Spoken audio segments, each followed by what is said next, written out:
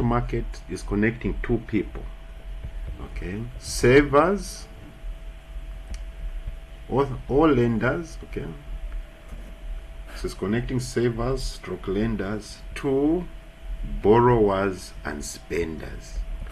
Okay, so the financial market is just channeling money or funds from a saver to a borrower, or to a spender, I mean, from a saver to a spender. So who are the savers? The savers can be us, the citizens. Okay, it can also be businesses. Okay, even government and foreigners. Okay, so the savers or the lenders are citizens of a nation, businesses, government, and foreigners. The borrowers or the spenders, again, businesses, government, citizens of a nation, and foreigners. So what we can say basically, whoever can be a lender or a saver can also be a borrower and a spender. Okay, it just determines, are you giving out the money, or are you getting the money to be used? That's what's going to put you. The lender and the saver. The saver is the one who gives out the money. The borrower and the spender is the one who takes the money for it to be used. So we're going to look at the two types of financing that occur here in the financial market.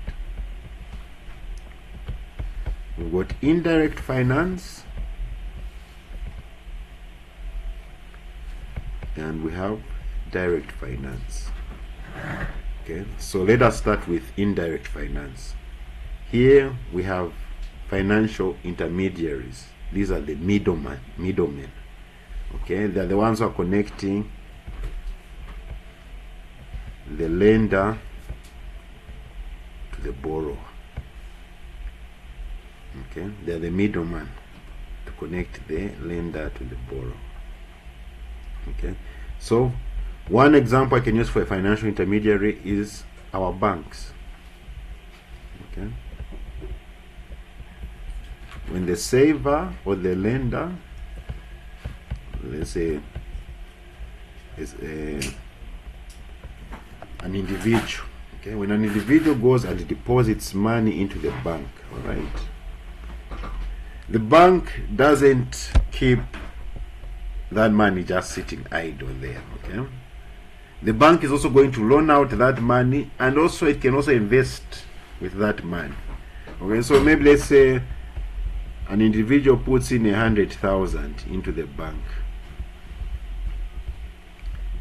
Okay, the bank is not going to use all of this 100,000. It's going to keep a certain portion, all right, and it's going to loan it out now to borrowers.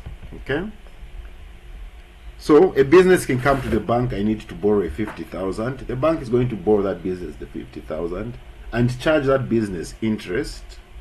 Okay, and when the business pays back the money and the interest, part of that interest you are also going to earn. Okay, so that's one way indirect finance happens. Okay, that the intermediary has connected the lender and the borrower.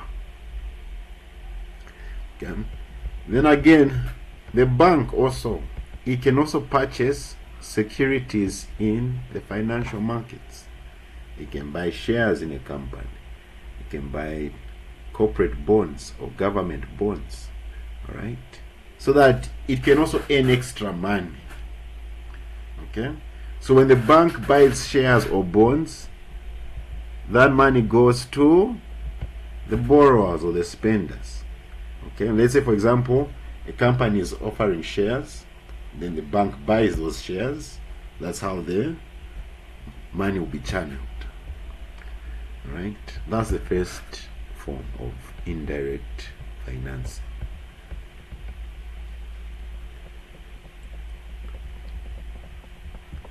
And then finally we have direct finance. This is now where the saver or the lender purchases shares or any other financial securities in the financial market So for example, let's say a company is selling shares.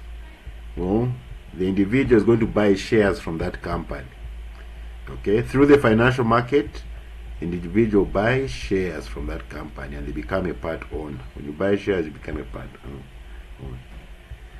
So those shares, that money you've used to buy shares, okay, the business is going to use that money for investing or expansion. Okay. Yes. So direct finance is just where the individual or the lender or saver goes directly to the financial market. They purchase these securities, and when they purchase these securities, it goes to their borrowers or the spenders. Okay. Governments sell treasury bills, treasury bonds, treasury notes. Businesses, shares, commercial papers, and corporate bonds. Yes. So individuals can purchase any of those things, and that money will be used by those businesses or government.